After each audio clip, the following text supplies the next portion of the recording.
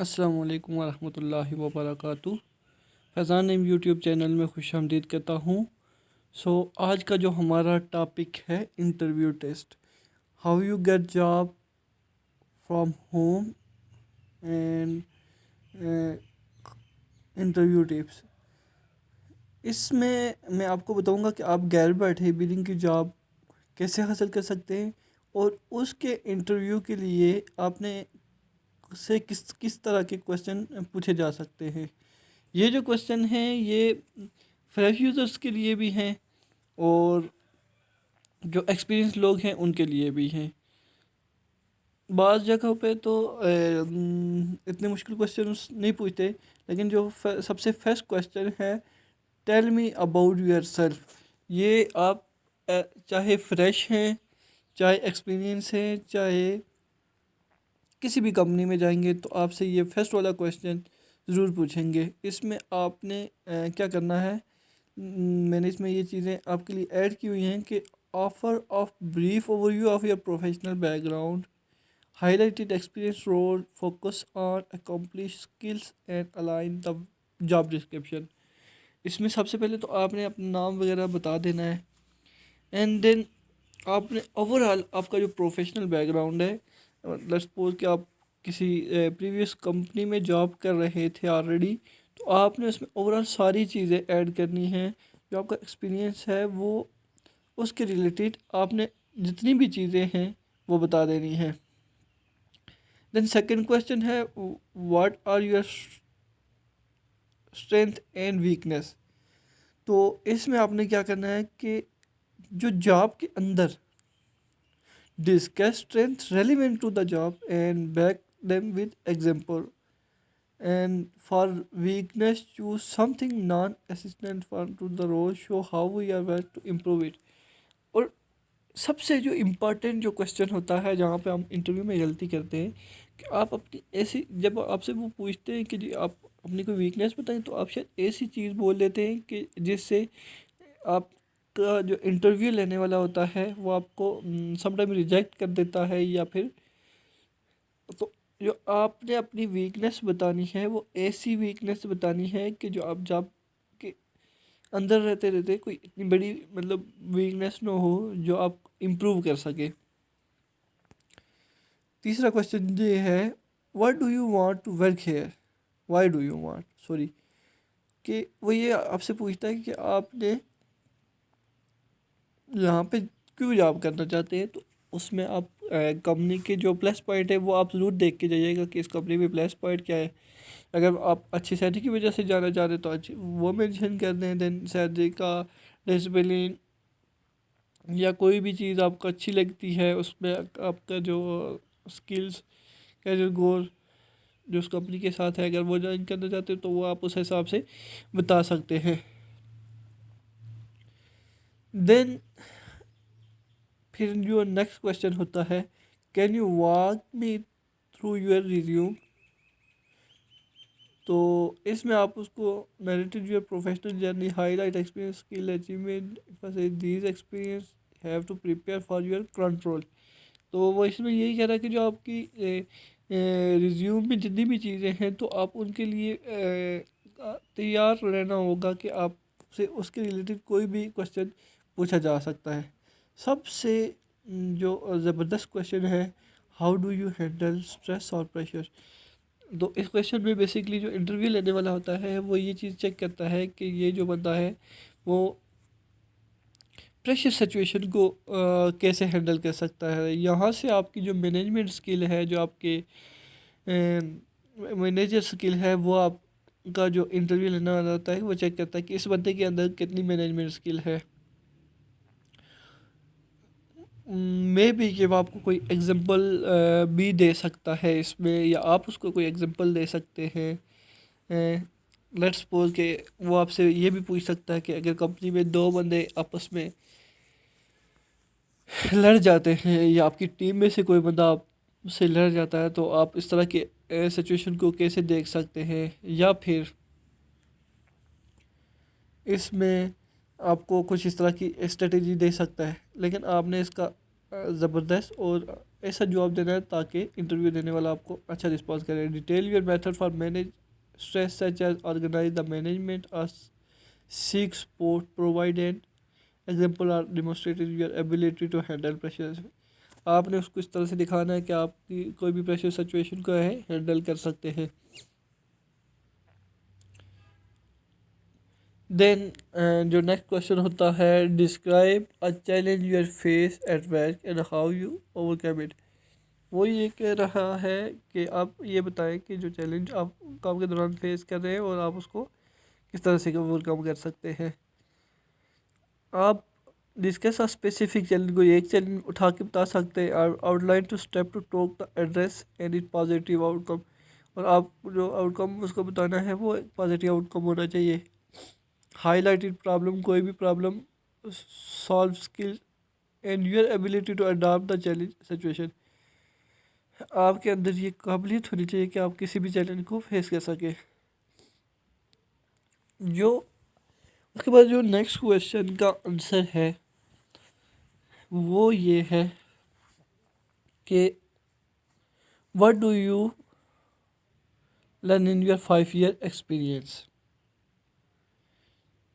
आपने अपने जो जितना 5 ईयर हो या 3 ईयर हो या 1 ईयर जो आपका 10 ईयर है उसमें आपने क्या सीखा।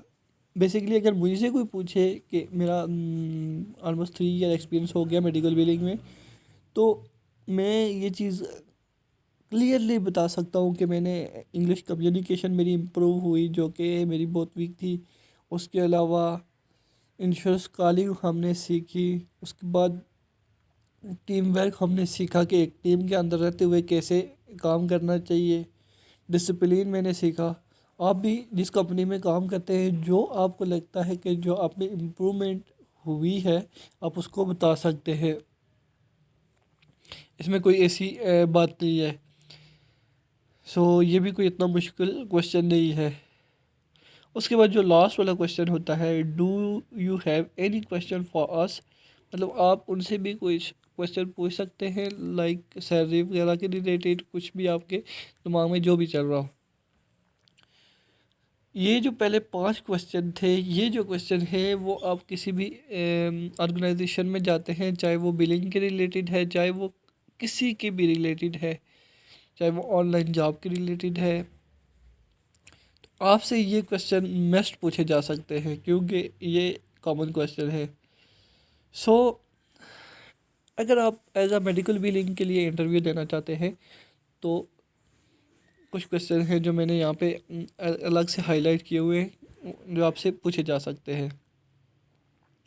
सबसे पहले तो जो जाहिर सी बात है, अगर आप जाएंगे एज आ फ्रेश यूज़र भी जाएंगे या एक्सपीरियंस यूज़र जाएंगे तो वो आपसे मेडिकल बिलिंग का प्रोसेस पूछेगा।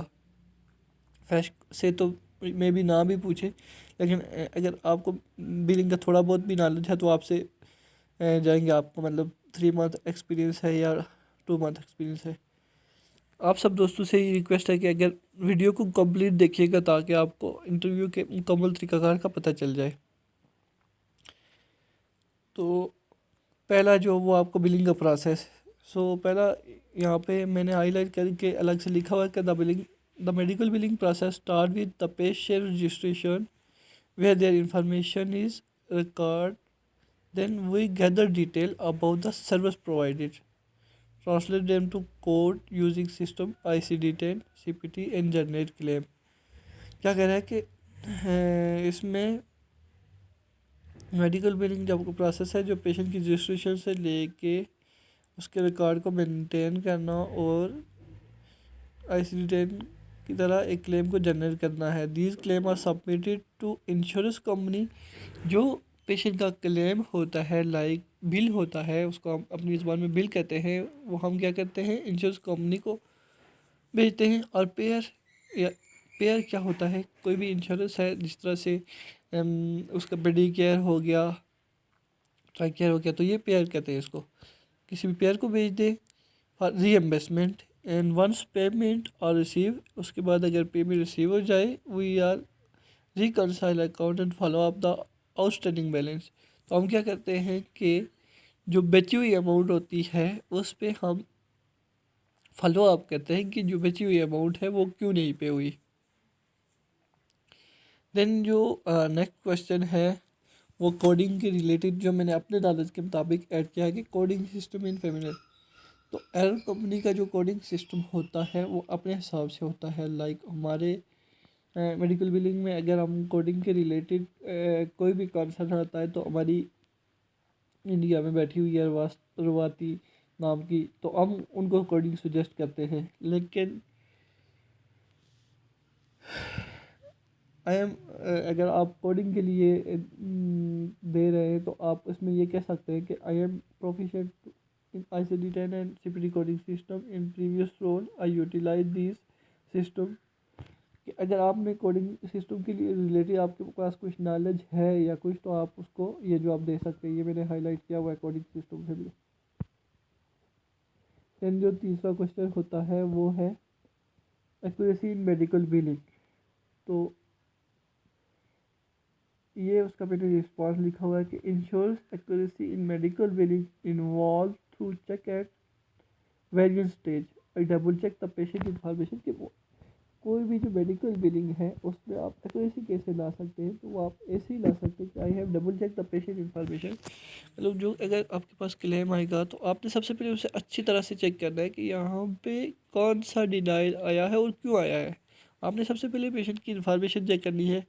Then review code and then request to match procedure and perform regular audit to identify the rectify any disciplinary। तो आपने उसको क्लेम को अच्छी तरह से चेक करना है, उसको ऑडिट करना है और देन आप कोई एक्शन लेंगे। Soft experience. सॉफ्ट एक्सपीरियंस आपसे अगर आप समटाइम रेलिवेंट सॉफ्ट के रिलेटेड भी उन्हें बंदे रिक्वायर्ड होते हैं, तो आप उसमें कुछ सॉफ्ट के रिलेटेड भी पूछ सकते हैं। जिस तरह से अब हम वेब सॉफ्ट पे काम कर रहे हैं, तो मैं कह सकता हूँ कि I have experience working with web soft and ware I have manage the patient billing information, submitting claim, tracking payment and generate report. I am adopter using functional stimulus in billing process. हमने आपने अगर as experience user billing के लिए जा रहे हैं, तो आपने जितने भी सॉफ्ट यूज़ किए हैं वो आप को बता सकते हैं। उसके बाद जो पांचवा क्वेश्चन है हैंडलिंग डिनाइल एंड रिजेक्शन। तो वाई क्लेम आर डिनाइल और rejection, investigate the reason, error promptly, make necessary correction and submit the additional documents if needed, ensure the successful. Sometime आपसे ये भी पूछ सकते हैं कि जी डिनाइल क्या है, रिजेक्शन क्या है, इन दोनों में डिफरेंस क्या है। तो जो रिजेक्शन होती है वो बेसिकली क्लियरिंग हाउस, जो एक थर्ड पार्टी है, इंश्योरेंस और इंश्योरेंस कंपनी और हमारे बीच एक थर्ड पार्टी कंपनी है जो क्लेम को वेरीफाई करता है। तो अगर वो क्लेम डायरेक्ट रिजेक्ट कर दे, तो दैट्स मीन कि वो रिजेक्शन हो गई। और डिनाइल क्या होता है कि अगर क्लियरिंग हाउस ने क्लेम को एक्सेप्ट कर दिया, देन हमारा क्लेम इंश्योरेंस के पास चला गया, क्लेम प्रोसेस हो गया। उसके बाद अगर क्लेम में कोई डिनाई या इनकार आता है, डिनाई बेसिकली इनकार के लफ्ज़ के लिए हम यूज़ करते हैं, तो देन उस इनकार आता है तो देन उसको हम डिनाइल कहते हैं। डीलिंग विद इंश्योरेंस कंपनी, तो इसमें आपको ये भी पूछ सकते हैं कि आप किस तरह से डील करते हैं, फॉलो अप किस तरह से करते हैं। उसमें आपको कोई भी डिनाइल आपको मेंशन कर सकते हैं। टॉप 10 डिनाइल के लिए इंशाल्लाह नेक्स्ट वीडियो में आपको बनाऊंगा, उसमें आपको टॉप 10 जो डिनाइल है वो ब्रीफली बताऊंगा। तो उसके बाद चलते हैं नेक्स्ट क्वेश्चन के साथ। Staying update the regulation. इसमें आपका जो है I have regular attend workshop, जो आपका काम है उसमें वो भी पूछ सकते हैं आप कितने रेगुलर है पहुँचे हैं। उसमें आपने अगर जिस तरह से अगर हमारे यहाँ अगर कोई रेगुलर काम भी अच्छा करता है तो रेगुलर भी रहता है कंपनी में, तो कंपनी उसको एम्प्लॉय ऑफ द मंथ का अवार्ड देती है। तो इस तरह का अगर आप भाइयों में से किसी को इस तरह का अवार्ड अगर मिला हुआ है, तो आप डेफिनेटली उसको एक्सप्लेन कर सकते हैं। बता सकते हैं कि हाँ भाई कंपनी ने मुझे इस वजह से ये अवार्ड दिया। उसके बाद आ गया वही आगे handling the confidential patient information. अब जो पेशेंट की इंफॉर्मेशन होती है ये बेसिकली एक रूल है यूएस में कि आप कोई भी पेशेंट की पर्सनल इंफॉर्मेशन कॉन्फिडेंशियल होती है, आप किसी को शेयर नहीं कर सकते। तो इसमें भी आपके से ये क्वेश्चन हो सकता है, तो इसमें आप ये जवाब दे सकते हैं कि I understand to importance of patient confidential. जो भी लोग बिलिंग कंपनी में काम करते हैं उनके पास ये जवाब बनता है। अगर नहीं बनता तो मैं आपको बता देता हूँ कि I understand the importance of patient confidential under the HIPAA regulation. I strictly adhere to previous protocol, ensures secure handling of patient data and maintain the confidential in all aspects of my work. Okay, then आपसे next question हो सकता है how will you handle the situation the patient dispute bill claiming did not receive any service that was billed। ये जो मैंने question add किया है ये बेसिकली ट्रिकी क्वेश्चन है जो बिलिंग के दौरान आपसे कोई भी मैनेजर पूछ सकता है। In this event patient distribute the billing services my approach to invoice through a review of record and communication with both patient and service provider. I will emphasize the gather detail, verify the service provider through documentation and explain the billing process of address description। उसके बाद next question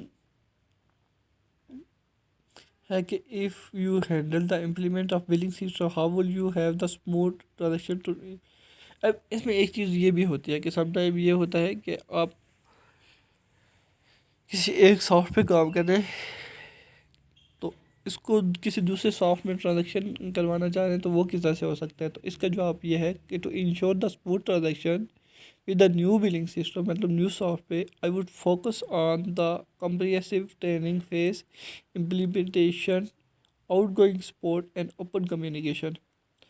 तो उसमें यही ये चीज़ें important है कि आप पहले ट्रेनिंग दी जाती है, इम्प्लीमेंट होते हैं चीज़ें, and then the approach am minimize distribute address concern and empower the team necessary tools of simple adaptation. सही हो गया। जो नेक्स्ट क्वेश्चन मैंने लिख के रखा हुआ है, can you explain complex billing process and regular someone with no background in billing health care. तो इसका जवाब आप इस तरह से देख सकते हैं, when explanatory is intricate billing process in individual without the billing or healthcare background. I have simplified the information by using relatable example and plain language by avoiding technical jargon। ये मैंने इसका आंसर आगे note कर दिया है। अगर किसी भी भाई को ये पीपीटी चाहिए तो वो मुझे मैंने चैनल के अंदर टिकटॉक का, इंस्टाग्राम का, फेसबुक का लिंक ऐड कर दिया है, आप वहाँ से मुझसे कांटेक्ट कर सकते हैं। मैं आपको अपना नंबर भी डिस्क्रिप्शन में दे दूँगा। अगर किसी भी भाई को बिलिंग के रिलेटेड कोई भी इंफॉर्मेशन चाहिए तो मुझसे पर्सनली कांटेक्ट कर सकता है। इंशाल्लाह मेरी कोशिश ये होगी कि उसको प्रॉपर गाइड कर सकूँ, जो मेरे नॉलेज में है वो आगे लोगों तक पहुँचा सके। सो दोस्त, आप सब दोस्तों से रिक्वेस्ट है कि अगर वीडियो अच्छी लगी तो चैनल को जो सब्सक्राइब कीजिएगा। आज की वीडियो इतनी ही थी। इंशाल्लाह नेक्स्ट वीडियो में हाज़िर होऊंगा, आपको इंशाल्लाह प्रॉपर डिनाइल के बारे में कंप्लीट वीडियो प्रोवाइड करूंगा। देन मेरी कोशिश ये होगी कि वन बाय वन सब चीज़ों को इंडिविजुअली टच करें। पिछली वीडियो में मैंने जस्ट ओवरव्यू दिया था कि आप कौन कौन सी चीज़ें चेक कर सकते हैं, लेकिन नेक्स्ट वीडियो में इंशाल्लाह मेरी ये कोशिश होगी कि वन बाय वन चीज़ों को आपके साथ शेयर किया जाए। अपना बहुत ख्याल रखिएगा। अल्लाह हाफिज़।